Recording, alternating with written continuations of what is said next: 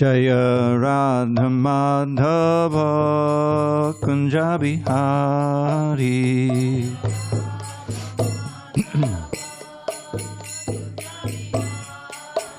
Jaya Radha Madhava Kunja Bihari.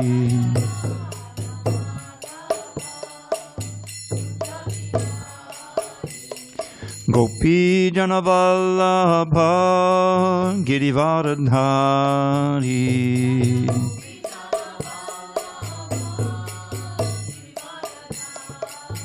Jaya Gopi Janavallabha Girivaradhari.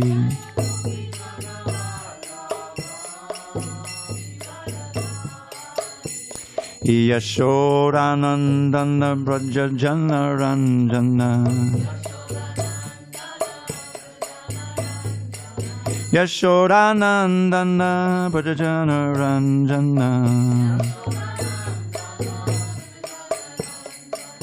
Yamanatira Vanachari. Yamanatira Vanachari.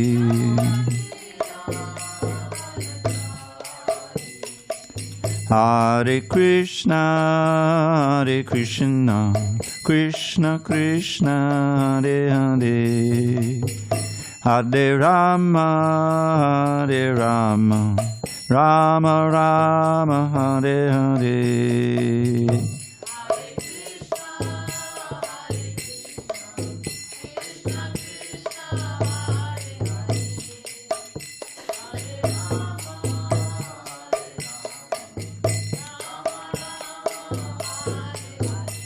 Hare Krishna, Hare Krishna, Krishna Krishna, Hare Hare, Hare Rama, Hare Rama, Rama Rama, Hare Hare.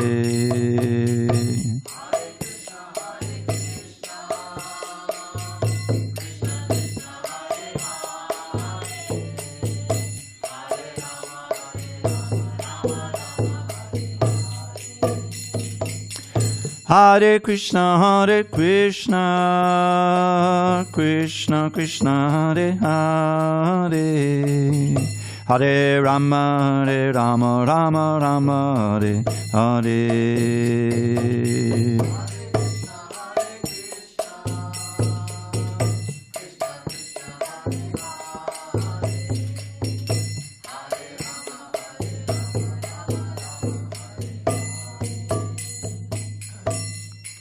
Jai Mr. Pad Paramahamsa, Paravadikacharya, Ashtotarata Sri Srimad's Divine Grace, Srila A.C. Bhaktivedanta Swami Prabhupada ki Jai. ISKCON BBT founder Acharya Srila Prabhupada ki Jai. Jai Om Vishnupad Paramahamsa Paravadikacharya, Ashtotarata Sri Srimad's Divine Grace, Srila Bhakti Siddhanta Saraswati Thakur ki Jai. Ananta Kokti Vaishnava ki Jai. Namacharya Srila Haridas Thakur ki Jai. Srimad Bhagavad Gita ki Jai. Samaveta Bhaktavrinda ki Jai. All glories to the assembled devotees. All glories to the assembled devotees. All glories to the assembled devotees. All glory to Shri Guru and Gauranga. Okay. So we'll be on page 32. Right? Page 32. Oh, I'm sorry. It's 52. I didn't see it. Right. Om Namo Bhagavate Vasudevaya. Om Namo Bhagavate Vasudevaya. Om Namo Bhagavate Vasudevaya.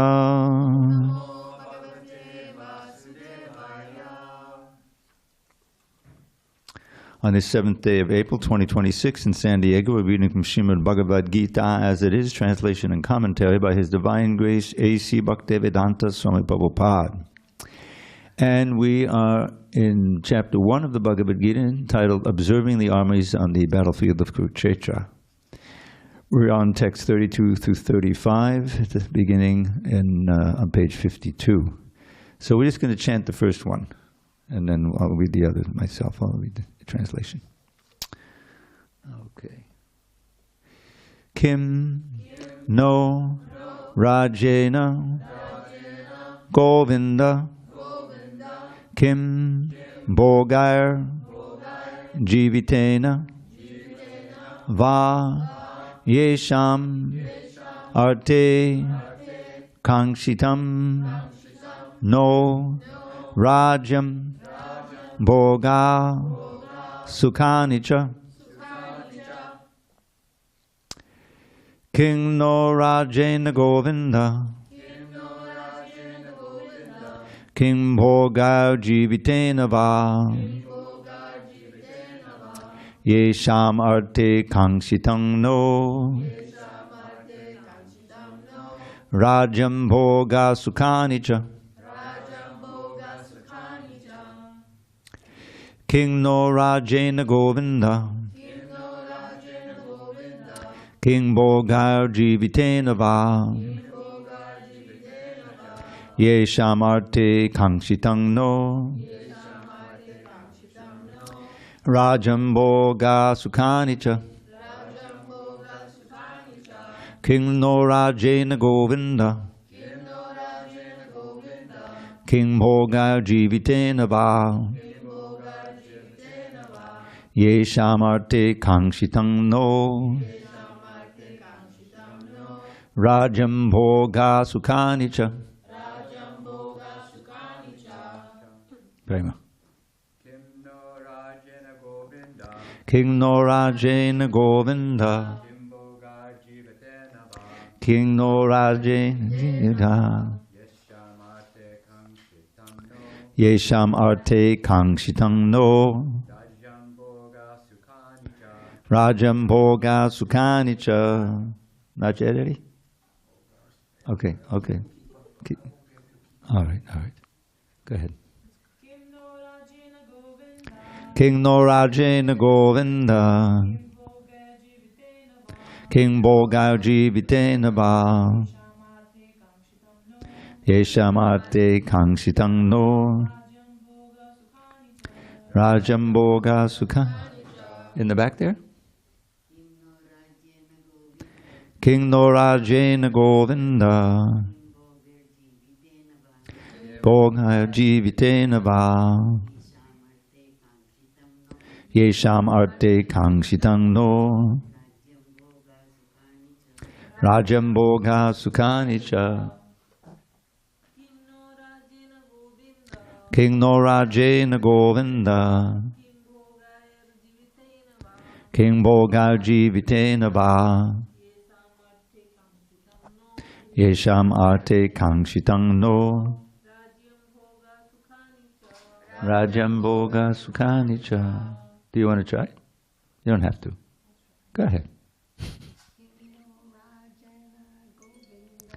King no Rajena Govinda King Bhoga Jivitena Va Yesham Arte Kangshitam No Rajam Bhoga Sukhanicha. Anyone online? Guess not. Kim no Rajena Govinda. Kim no Rajena Govinda. Go ahead. Kim Bhoga Jivitena Va. King Bhoga Jivitena Va.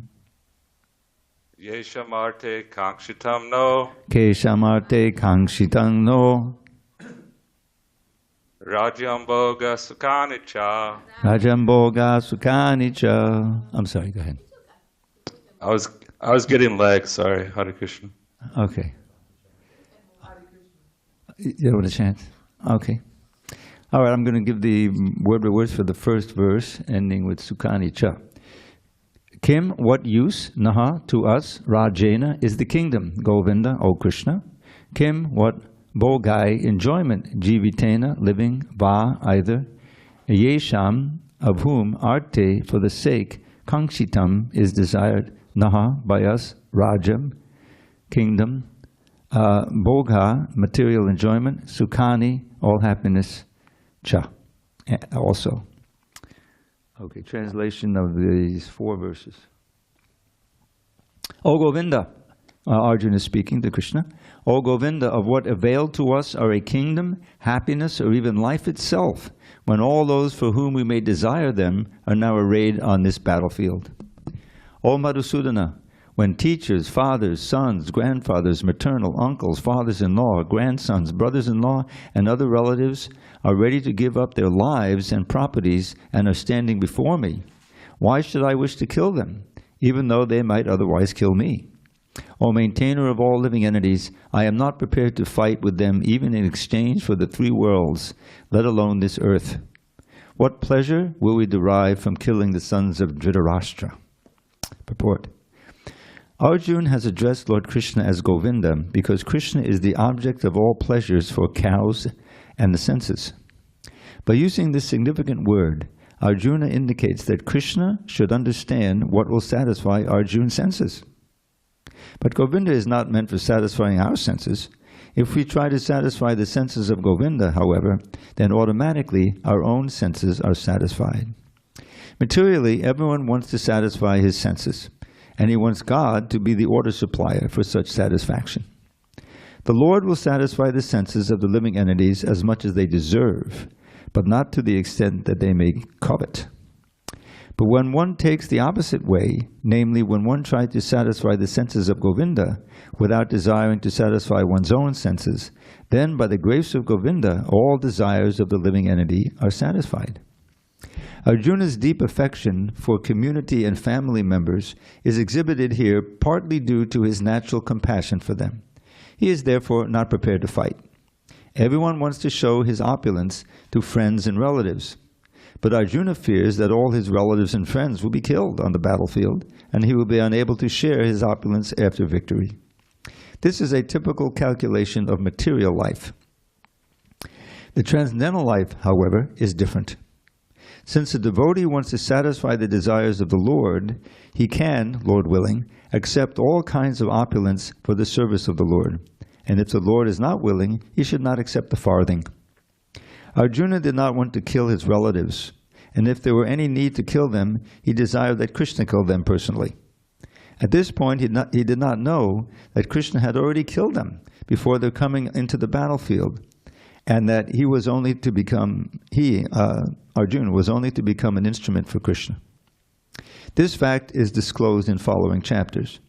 As a natural devotee of the Lord, Arjuna did not like to retaliate against his miscreant cousins and brothers, but it was the Lord's plan that they should all be killed. I think that's been revised to simply cousins, just the cousins. His brothers are on his side.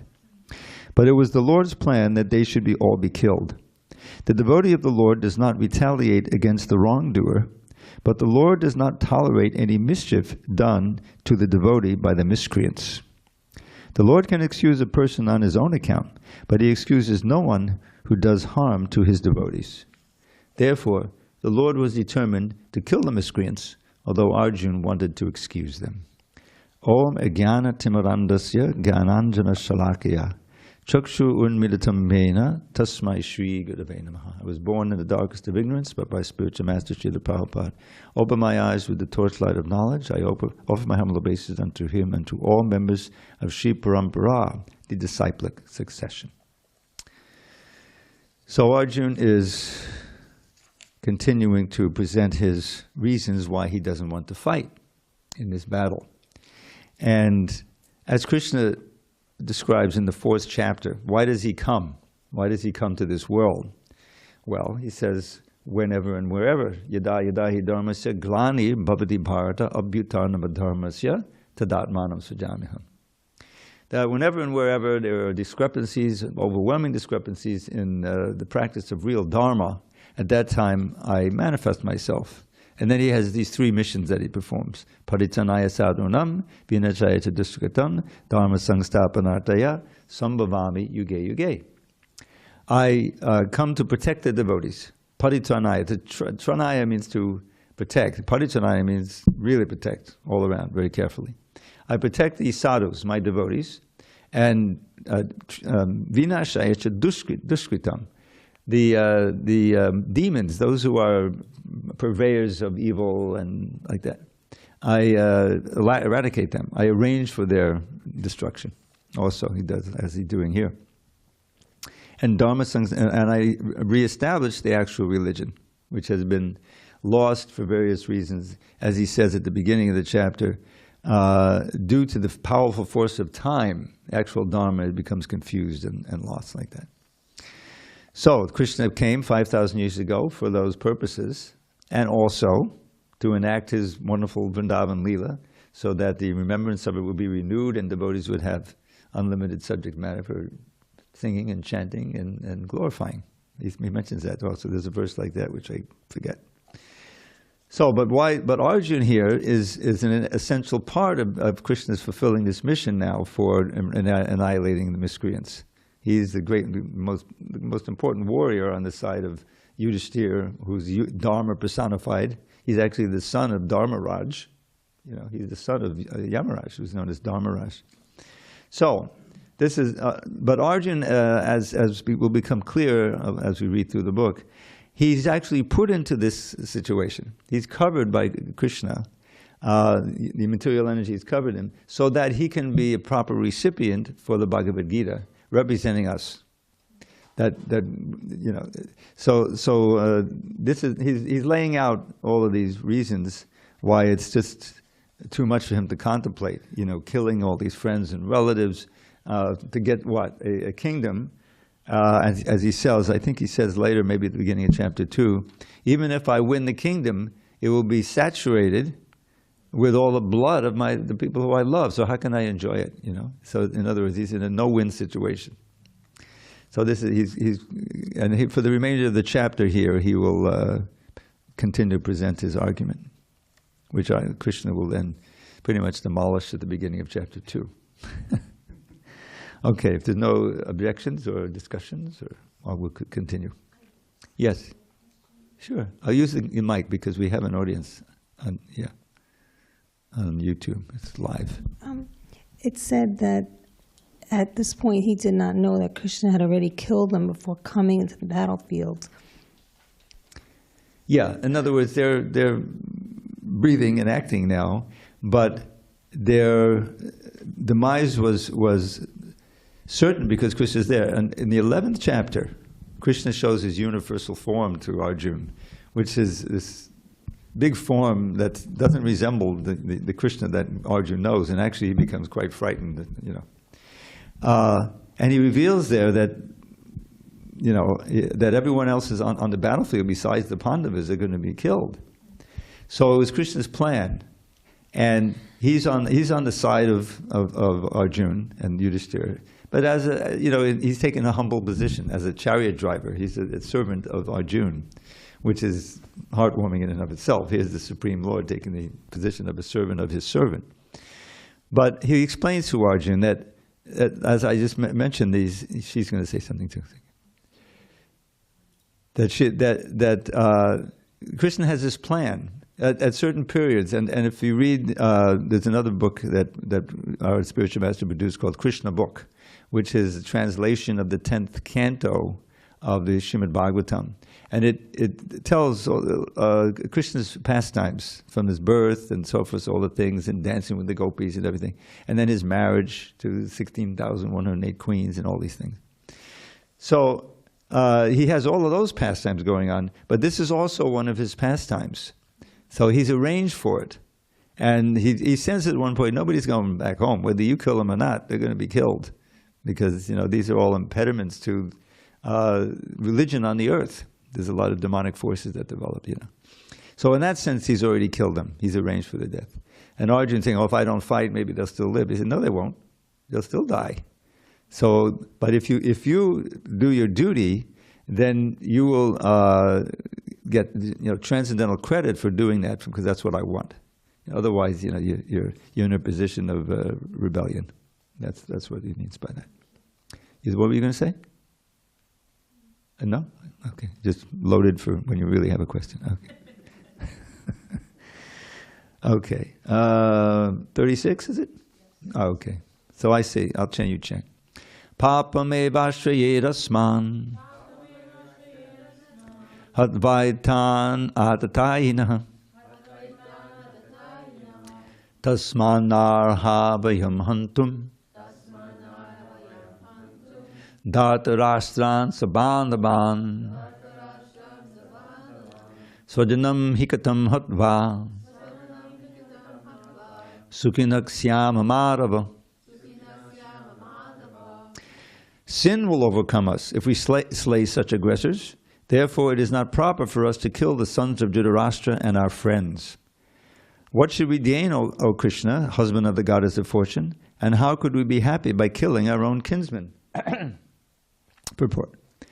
According to Vedic injunctions, there are 6 kinds of aggressors. 1, a poison giver. 2, one who sets fire to the house. 3, one who attacks with deadly weapons. 4, one who plunders riches. 5, one who escapes another's land. And 6, one who kidnaps a wife. Such aggressors are at once to be killed, and no sin is incurred by killing such aggressors. Such killing of aggressors is quite befitting any ordinary man. But Arjuna was not an ordinary person. He was saintly by character, and therefore he wanted to deal with them in saintliness. This kind of saintliness, however, is not for a Kshatriya. Although a responsible man in the administration of a state is required to be saintly, he should not be cowardly. For example, Lord Ram was so saintly that people even now are anxious to live in the kingdom of Lord Ram, Ram Rajya. But Lord Rama never showed any cowardice. Ravana was an aggressor against Ram because Ravana kidnapped Ram's wife, Sita. But Lord Ram gave him sufficient lessons, unparalleled in the history of the world. In Arjuna's case, however, one should consider the special type of aggressors, namely his own grandfather, his own teacher, friends, sons, grandsons, etc. Because of them, Arjuna thought that he should not take the severe steps necessary against ordinary aggressors. Besides that, saintly persons are advised to forgive. Such injunctions for saintly persons are more important than any political emergency. Arjuna considered that rather than kill his own kinsmen for political reasons, it would be better to forgive them on grounds of religion and saintly behavior. He did not, therefore, consider such killing profitable simply for the matter of temporary bodily happiness. After all, kingdoms and the pleasures derived therefrom are not permanent. So why should he risk his life and eternal salvation by killing his own kinsmen? Arjuna addressing of Krishna as Madhava, or the husband of the goddess of fortune, is also significant in this connection. He, Arjuna, wanted to point out to Krishna that as the husband of the goddess of fortune, he should not induce Arjuna to take up a matter which would ultimately bring about misfortune. Krishna, however, never brings misfortune to anyone, to say nothing of his devotees. So Arjuna was, he was calculating on the basis of ignorant assumptions, things like that. On the one hand, he had bodily affection. There was all these relationships that he had, and especially with Bhishma and Drona, they're mentioned here as his grandfather, like that. So on the material side, he couldn't see any percentage in it. As he'll say, as I mentioned, he'll say, what is the point? I'll fight, and if I win, then I'll enjoy the kingdom, which is apparently the whole earth. But it'll be soaked with the blood of the people who I love. So where can I enjoy it? You see?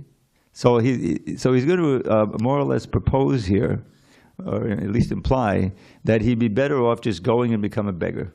Let me just throw down my bow and everything and just go and wander the hills and become a beggar. At least I won't have to face this horror of killing the people I love. This is his dilemma. You can see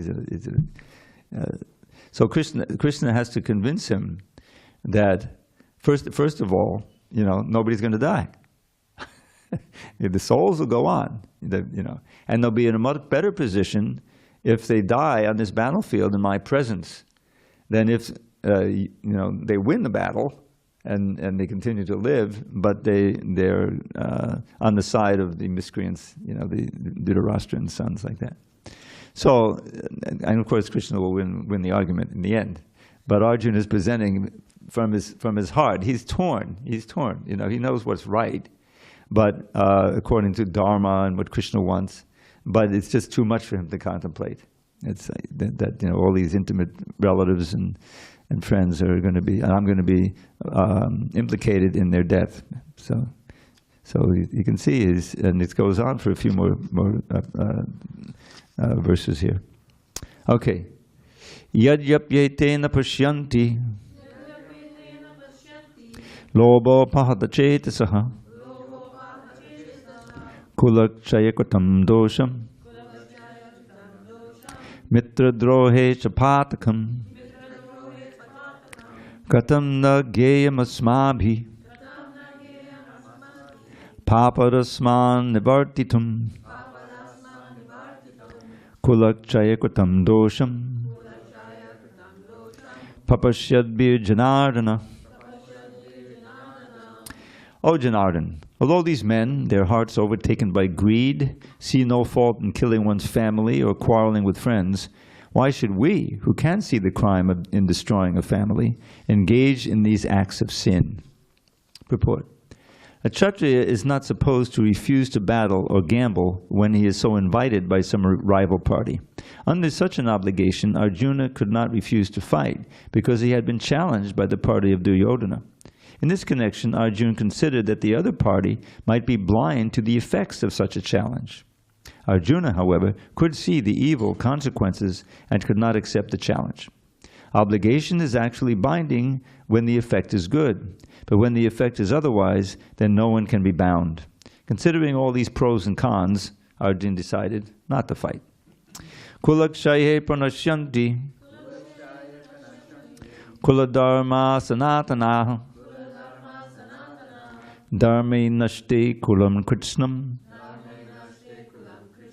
adharmo vibhavatyuta. Well, it's all about Kula and Dharma here. These words are used half the verse. With the destruction of the dynasty, the eternal family tradition is vanquished, and thus the rest of the family becomes involved in irreligion. Purport. In the system of the Varnashram institution, there are many principles of religious traditions to help members of the family grow properly and attain spiritual values. The elder members are responsible for such purifying processes in the family, beginning from birth and ending up and reaching all the way to death. This, I think, was fixed. But on the death of the elder members, such family traditions of purification may stop, and the remaining younger family members may develop irreligious habits and thereby lose their chance for spiritual salvation. Therefore, for no purpose should the elder members of the family be slain. Okay, so he's got his whole argument here. What I was going to say?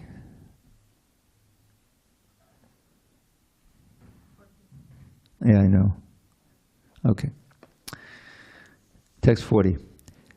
Adharma vibhavat Krishna pradishyanti kulastriyaha strishu dushtasha bharshneya jayate varna sankaraha. When irreligion is prominent in the family, O Krishna, the women of the family become polluted, and from the degradation of womanhood, O descendant of Vrishni, comes unwanted progeny. Purport. Good population in human society is the basic principle for peace, prosperity, and spiritual progress in life. The Varnashram religion's principles were so designed that the good population would prevail in society for the general spiritual progress of state and community. Such population depends on the chastity and faithfulness of its womanhood.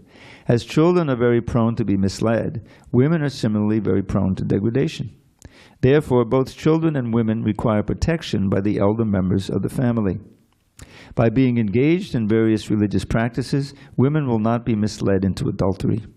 According to Chanakya Pandit, women are generally not very intelligent and therefore not trustworthy. Generally, those who attend Bhagavad Gita class are very brilliant. So the different, I mean, it's obvious, isn't it? So the different family traditions of religious activities should always engage them, and thus their chastity and devotion will give birth to a good population eligible for participating in the Varnashram system. On the failure of such varnashram dharma, naturally the women become free to act and mix with men, and thus adultery is indulged in at the risk of unwanted population. Irresponsible men also provoke adultery in society, and thus unwanted children flood the human race at the risk of war and pestilence. Okay, 41. Sankaro narakayaiva kulagnanam kulasya patanti pitado yesham luptapindo dakakriyaha. An increase of unwanted population certainly causes hellish life, both for the family and for those who destroy the family tradition. The ancestors of such destroyed families fall down because the performances of offering them food and water are altogether stopped. Purport: according to the rules and regulations of fruitive activities, there is a need to offer periodical food and water to the forefathers of the family. This offering is performed by worship of Vishnu because eating the remnants of food offered to Vishnu can deliver one from all kinds of sinful reactions. Sometimes the forefathers may be suffering from various types of sinful reactions, and sometimes some of them cannot even acquire a gross material body and are forced to remain in subtle bodies of ghosts, as ghosts. Thus, when remnants of prasadam food are offered to forefathers by descendants, the forefathers are released from ghostly or other kinds of miserable life. Such help rendered to forefathers is a family tradition, and those who are not in devotional life are required to perform such rituals. One who is engaged in the devotional life is not required to perform such actions. Simply by performing devotional service, one can deliver hundreds and thousands of forefathers from all kinds of misery. It is stated in the Bhagavad Gita 11.5.41. I'll say, you say. Devarshi bhutaptan rinam patrinam nakinkado nayam rini charajan sarvatmanayak sharanang sharanyam gato mukundam pariricchikartham. Anyone who has taken shelter of the lotus feet of Mukunda, the giver of liberation, giving up all kinds of obligation, and is taken to the path in all seriousness, owes neither duties nor obligations to the demigods, the sages, general living entities, family members, humankind, or forefathers. Close quote. Such obligations are automatically fulfilled by performance of devotional service to the Supreme Personality of Godhead. So this is something that's unknown in the West, to say the least. But that we all have forefathers and foremothers, I guess. And so we have a connection with them, simply by having taken birth in a line. There's a connection. And this is what, we have this wonderful devotee here. He joined in probably around when I did, maybe a few months later. He was only 15 years old, Dharma Setu. He was very young, and somehow his parents allowed him to stay in the temple at young age. So he has developed a whole practice here of going to various homes, mostly of Indians, and performing sacrifices there that are traditional. And one of which is the Shraddha ceremony. That's what this is describing, right? Shraddha. Shraddha comes from the base Shraddha, which means faith. And it's literally offering prasadam, right? Krishna prasadam, as far as I know, Krishna prasadam to the forefathers. And as described here, if one does that, then one helps them to take a good birth, maybe in a family of devotees themselves, and relieves their sinful reactions because they're able to take prasadam in that way. So this is another thing that will stop.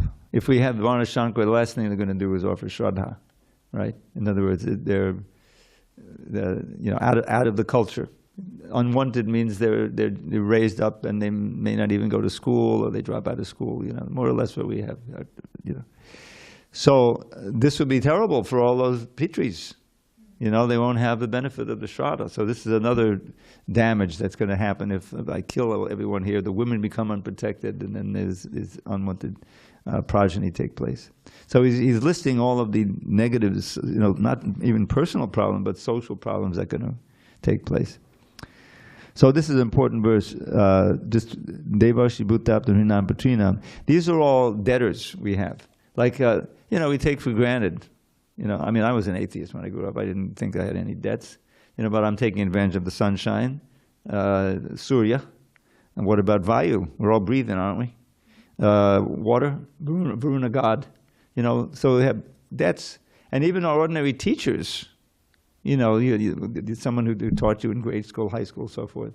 You feel obliged. I remember when I was in grade school, some of this memory stayed with me. And one of the teachers, I won't mention her name, she was an older lady, soon retired after that. But she would have students who had graduated and gone to high school, maybe even to college. They would come back and see her and thank her for the time that they spent. She was a nice teacher. So you feel indebted to those who teach you, and like that. So that's what this is. The devas, the rishis, those are the teachers, those are wise. Bhutas, people in general, and even animals in general. These are all people who we take benefit from, and human beings, the rest of society. Pitrinis, the forefathers. Nakinkaro, that's servants even. You don't have any debt. If sarvatmanayak sharanam sharanyam gautam mukundam, if you, with your full soul, and you take shelter of mukunda, paridityakartam, then all your debts are liquidated. See, so it's important. Otherwise, we're debtors and we don't pay the debt, then we punishment. So this is what this is all about. So he's saying, it'd be a big danger if suddenly we have all this unwanted population, the sacrifice will stop and things will go worse. Okay, text 42. Doshar etai kulagnanam varna sankadakarakai utsajyante jati dharmah kula dharmas shasvataha. Just before I read the English, there's so much in here about dharma, right? Destroying the family, then that will all destroy dharma. So then, at the beginning of the next chapter, text 7, Krishna will say, "I'm bewildered." Arjuna will say, "I'm completely bewildered about what my dharma is." Right? He admits that. Welcome. We'll have a few more minutes of class, and then 8:15 we'll have the kirtan and the darshan. Okay. Oh, could you come here? This is the men's side over here. That's good. Thank you. And that's a book even there for you at the end. You don't have a book yet. We're getting one. Okay. All right. We are on page 58. No, we did 42 just now, right? So, all right. Let me read the translation. By the evil deeds of those who destroy the family tradition and thus give rise to unwanted children, all kinds of community and projects and family welfare activities are devastated. Purport. Community projects for the 4 orders of human society, combined with family welfare activities, as they are set forth by the institution of Sanatana Dharma or Varnashram Dharma, are designed to enable the human being to attain his ultimate salvation. Therefore, the breaking of the Sanatana Dharma tradition by irresponsible leaders of society brings about chaos in that society, and consequently, people forget the aim of life, Vishnu. Such leaders are called blind, and persons who follow such leaders are sure to be led into chaos. So Arjuna is seeing that he's going to be an agent of all of this devastation, and so he's aghast that he doesn't want to fight. All right, text 43. Utsanna kula dharmanam manushyanam janārdana narake niyatam vaso bhavati janushushuma. O Krishna, maintainer of the people, I have heard by disciplic succession that those whose family traditions are destroyed dwell always in hell. Purport. Arjuna bases his argument not on his own personal experience, but on what he has heard from the authorities. That is the way of receiving real knowledge. One cannot reach the real point of factual knowledge without being helped by the right person who is already established in that knowledge. There is a system in the Varnashram institution by which before death one has to undergo the process of atonement for his sinful activities. One who is always engaged in sinful activities must utilize the process of atonement called prayaschitta. Without doing so, one surely will be transferred to hellish planets to undergo miserable lives as a result of sinful activities. Okay. So in other words, Arjuna is going to help destroy these family traditions, so that he's seeing that he's also made to go to hell. He doesn't want to do that. All right, we can finish this chapter.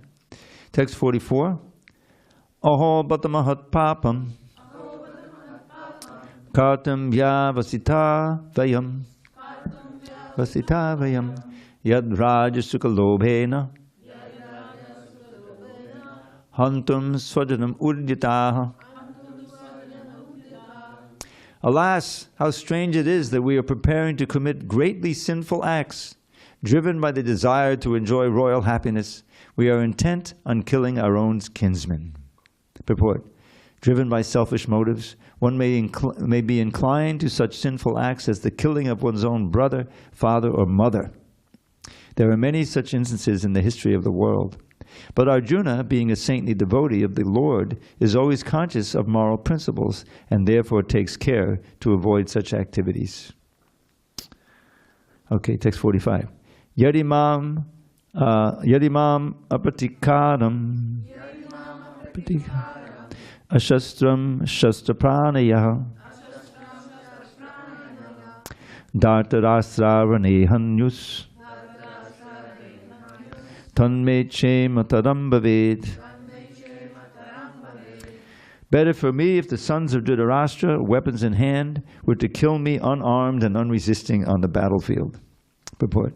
It is the custom, according to Kshatriya fighting principles, that an unarmed and unwilling foe should not be attacked. Arjuna, however, decided that even if attacked by the enemy in such an awkward position, he would not fight. He did not consider how much the other party was bent upon fighting. All these symptoms are due to soft-heartedness resulting from his being a great devotee of the Lord. Text 46. Sanjaya vacha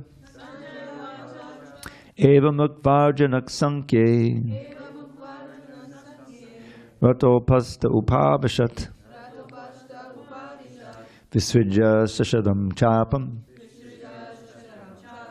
shokasam vignamanasah. Sanjay said, Arjuna, having thus spoken on the battlefield, cast aside his bow and arrows and sat down on the chariot, his mind overwhelmed with grief. Purport.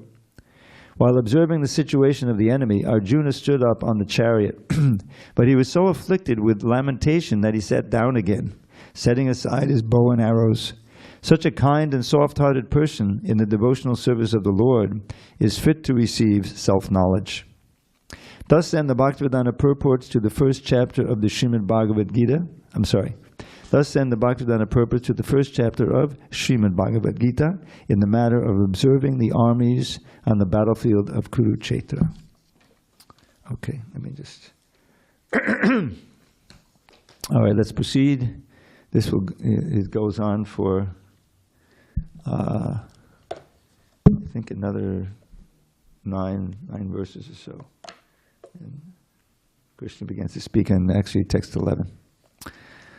Sanjaya vacha tantata kripayavishtam ashupurna kollekshanam vishidantamidam vakyam uvacha madhusudanaha. Sanjaya said, seeing Arjuna full of compassion, his mind depressed, his eyes full of tears, Madhusudana, Krishna, spoke the following words. Purport. Material compassion, lamentation, and tears are all signs of ignorance of the real self. Sorry. Compassion for the eternal soul is self-realization. The word Madhusudana is significant in this verse. So this is a name of Krishna. Lord Krishna killed the demon Madhu, and now Arjuna wanted Krishna to kill the demon of misunderstanding that had overtaken him in the discharge of his duty. No one knows where compassion should be applied. Compassion for the dress of a drowning man is senseless. Similarly, a man fallen in the ocean of nescience cannot be saved simply by rescuing his outward dress, his material body. One who does not know this and laments for the outward dress is called a Shudra, or one who laments unnecessarily. Arjuna was a Kshatriya, and this conduct was not expected from him. Lord Krishna, however, can dissipate the lamentation of the ignorant man, and for this purpose the Bhagavad Gita was sung by him. This chapter instructs us in self-realization by an analytical study of the material body and the spirit soul, as explained by the Supreme Authority, Lord Sri Krishna. This realization is possible when one works without attachment to fruitive results and is situated in the fixed conception of the real self. So, okay, I did Om Gyan already, but we haven't been doing commentary. So this is the situation that Krishna faces here. You know, the battle is about to begin. Both of the parties are ready to go, and you know, it's come to this point where good, in the form of Yudhishthira and his brothers, have Krishna on their side, and even though the greatest fighter Bhishma Deva is on the other side, and you know, they're kind of outnumbered. Still, because Krishna is on the side of the Pandavas, the victory is assured. But Arjuna is showing this weakness of heart because of the family attraction, because of the relationship, and he has all of these arguments from the Shastra also. So he's kind of paralyzed. On one side, he knows what Krishna wants him to do. He knows that ultimately Yudhishthira, you know, in charge of the kingdom would be way better and, you know, really proper rather than what's going on now with Dhritarashtra there. So it's kind of a lose-lose situation from the material point of view. If I win, then I'll have to kill all my friends and relatives like this, and you know, and who knows, the women may become unprotected because all the men will be killed. There'll be millions of them on the battlefield. So that's no good. That's no good.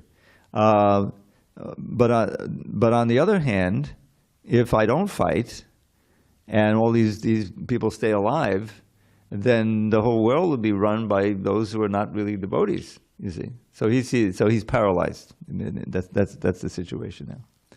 So he represents us because we also may find ourselves in a dilemma. You know, on one side, this will benefit if I do this, but then the harm over here. But if I do it this way, then this is, so it's a lose-lose situation. Now what am I going to do? You know, so that's a situation that Arjuna seems to be caught up in. But it sets up a challenge, if you will, for Krishna to infuse him with transcendental insight, so that he'll be enthusiastic in the battle. Not that, you know, say, all right, I'll fight. You know, he's got to fight with full vigor, understanding that, yes, what really good is doing what Krishna wants, because this is his plan, his overall plan for the larger good, getting rid of all these demoniac forces and putting religion personified in the form of Yudhishthira on the throne. So that will be the rest of the Gita, one after another. Okay. So, let's go on. Text 2. Shri Bhagavan Vacha Kutastra Kashmanamidam Vishame Samapastitam Anayajishtamasvargyam Akiti Karnamarjuna.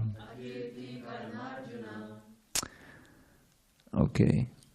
So now there's been a few little revisions here, so you can watch for them. The Supreme Personality of Godhead said, "My dear Arjuna, how have these impurities come upon you? They are not at all befitting a man who knows the spiritual values of life. They lead not to higher planets, but to infamy." Purport. Krishna and the Supreme Personality of Godhead are identical. Therefore, Lord Krishna is referred to as Bhagavan throughout the Gita. Bhagavan is the ultimate in the Absolute Truth. The Absolute Truth is realized in 3 phases of understanding, namely Brahman, or the impersonal all-pervasive spirit, Paramatma, or the localized aspect of the Supreme within the heart of all living entities, and Bhagavan, or the Supreme Personality of Godhead, Lord Krishna. In the Srimad Bhagavatam 1-11, the conception of the Absolute Truth is explained thus. I'll say you say, Vadanti tat tattva vidas, tattvam yajnanam advayam, brahmeti padamatmeti, Bhagavan iti shabdyate.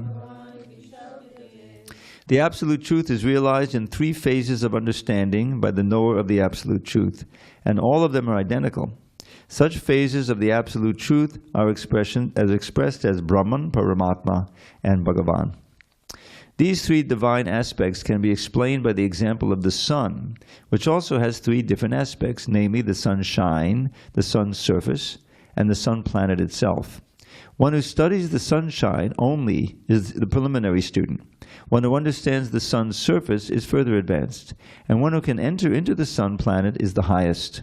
Ordinary students who are satisfied by simply understanding the sunshine, its universal pervasiveness, and the glaring effulgence of its impersonal nature, may be compared to those who can realize only the Brahman feature of the Absolute Truth. The student who has advanced still further can know the sun disk, which is compared to knowledge of the Paramatma feature of the Absolute Truth. And the student who can enter into the heart of the sun planet is compared to those who realize the personal features of the Supreme Absolute Truth.